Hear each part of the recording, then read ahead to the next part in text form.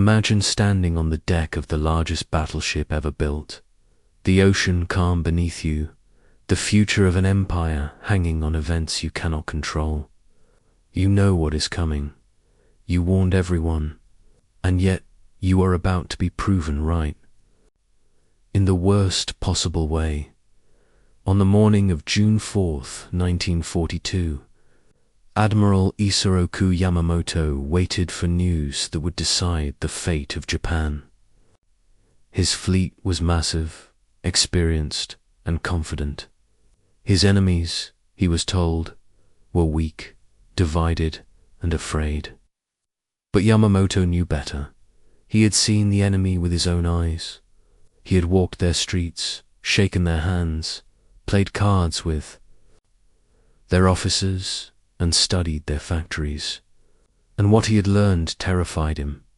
6 months earlier, Japanese aircraft had struck Pearl Harbor in a surprise attack that stunned the world. For half a year afterward, Japan surged forward, capturing territory at a breathtaking pace. It felt unstoppable. Victories piled up. Confidence hardened into certainty. Many believed the war was already won. Yamamoto never believed that. He believed Japan had 6 months, not a day more. That belief would shape everything that followed. The problem Japan faced in 1941 was not a lack of bravery, weapons, or planning. It was a failure of imagination.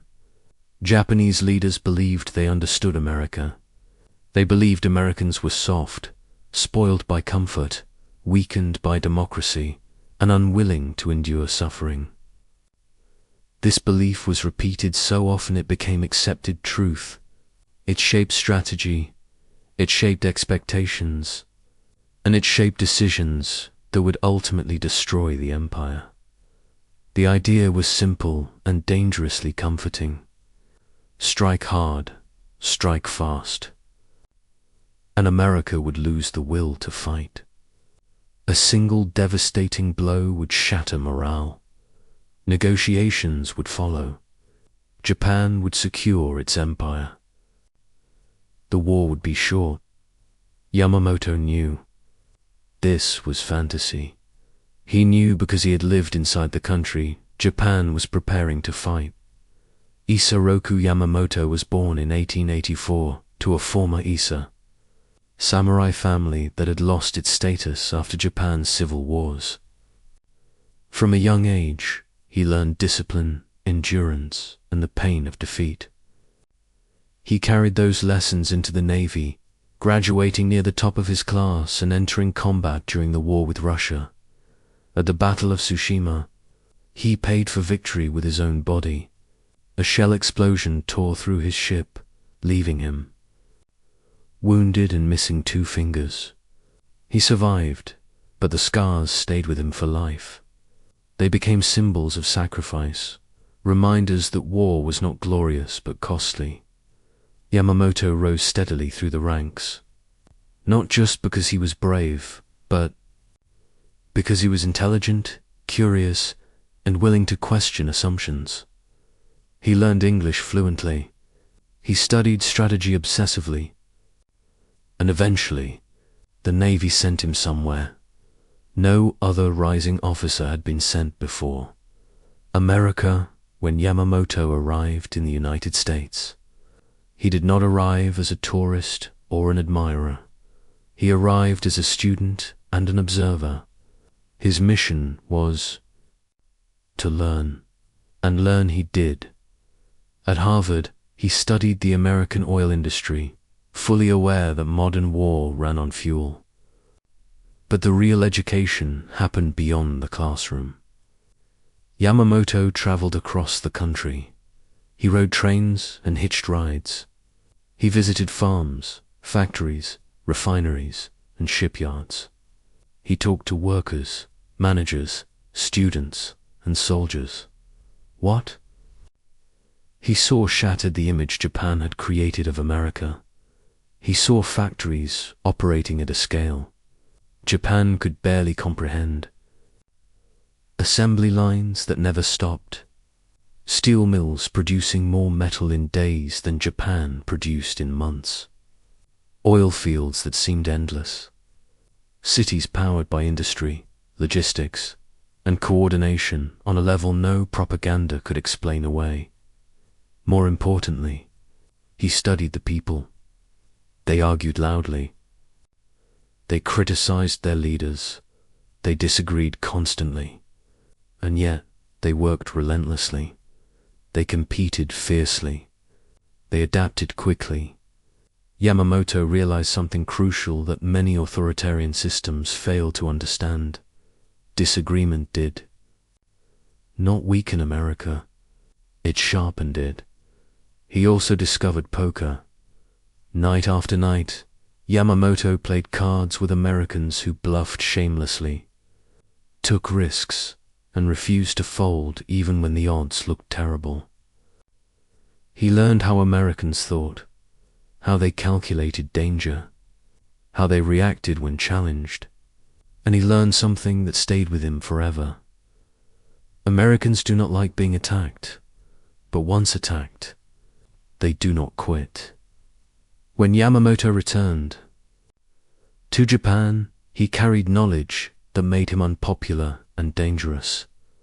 He warned that America's industrial power was overwhelming, that its people, once unified, would fight with astonishing determination, that a long war against the United States was unwinnable. He opposed aggressive expansion. He opposed war with China. He opposed alliance with Germany. Each warning earned him enemies. Yet when war became inevitable, Yamamoto faced a terrible dilemma. If Japan was going to fight America, the only chance lay in shocking the enemy so completely that it would never recover. It was a gamble. Yamamoto knew it, and he hated it. Pearl Harbor was that gamble. The attack succeeded tactically and failed strategically. It damaged ships, but spared infrastructure. It killed thousands, but unified a nation of millions. Yamamoto understood immediately what others refused to see.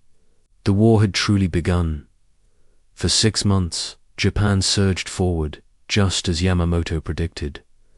And then the clock ran out. At Midway, everything collapsed.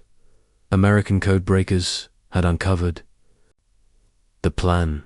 American carriers lay in wait. Japanese aircraft struck first, but fate turned brutally against them. In minutes, 4 Japanese carriers burned. Years of training vanished in smoke and fire. Pilots who could never be replaced died trapped below decks or spiraled into the sea. Yamamoto received the news in silence. He had been right. From that moment forward, the war transformed into exactly what Yamamoto had warned against, a grinding contest of production, logistics, and endurance. And Japan could not win that contest.